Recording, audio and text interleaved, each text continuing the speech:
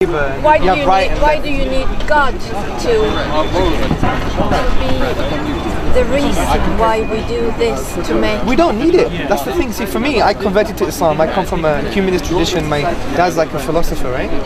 I didn't need it. I was happy. I had everything. For me, it was more of a conviction. You see, you have to separate between emotions and intellectual reality. It's not an emotional story. For some people it is, I agree. They have to fill a gap in their lives. But you'd be surprised, a lot of people in the humanists, they're here because humanism fills a gap in their lives. Do you see? Is this book from the divine? That's the discussion, because if God does exist, if you have good reasons for God, if he did present a book to mankind, well, is it from God in the first place? Let's have that discussion. And if it is, then we can start discussing, well, what values did he say, what's the correct interpretation, how we're going to solve human problems. I'll give you an example. This is very powerful. See, the problem of Somalia, take the famine of Somalia, it's a disaster. The reason it's a disaster, not because of resources. Do you know we have enough calories in this world to feed about 12 billion people in this planet? If you study geopolitical studies, there's enough food on this planet. Why do 10 million people in America die from obesity almost? But in Somalia they die because of no food. The issue is about distribution. That's the #1 economic problem. And Islam gave solutions for this in a humble way. He said, look, you have the zakah system. Take 2.5% of the wealth of people and distribute to the poor. Sadaqah, give charity. The removal of interest, because interest is the impediment to the distribution of wealth. Because if you put too much interest, compound interest on an individual, then they have less money in their hands. But if they have more money by removing interest, then they have to engage it in society for more entrepreneurship. So it creates a really unique model. Natural resources in the Islamic paradigm belong to the people, not to the government. The Prophet Muhammad said that the natural resources are the people's, not the government. The government has only delegated authority to use that money and give it back to the people.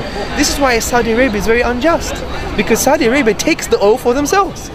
But their own tradition says, give it back to the people. Minerals belongs to the people. This is our tradition. So, in a contemporary context, Islam has so much to say about economics. So much to say. And the economic values emanating from the Islamic tradition are actually can solve some of these issues. For instance, if you look into the Islamic banking, when the credit crisis happened, the Islamic banks came out the strongest, and still they weren't fully Islamic, to show the stability of the Islamic system. Because if you look at money, for example, in the capitalist model generally, money is free floating. It's not contingent on gold or silver. It's free floating, and therefore if you have more money in society, it doesn't mean you have more wealth. But in the Islamic tradition, it has to be contingent on gold or silver or something substantial, which actually stabilizes money. If you take the Ottoman period, even if you take the 15th century, in 1453, if you read the book Constantinople by Philip Mansell, he quotes a letter from a rabbi, and he writes a letter to his persecuted brethren in Europe saying, come to the land of the Muslims, come to the land of the Turks, we're not oppressed with heavy taxes, rich are the fruits of the earth. If you even go to Turkey, for example, and you go to the big, beautiful mosques, the architecture, you go inside, there's 2 huge kind of baskets made out of marble. And what used to happen, they used to fill it with gold. So your hand used to go very deep, and if you were rich, you would leave money. If you're poor, you take it.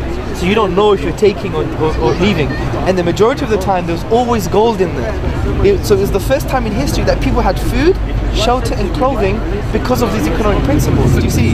And these are values that I think we can share. You see, we can share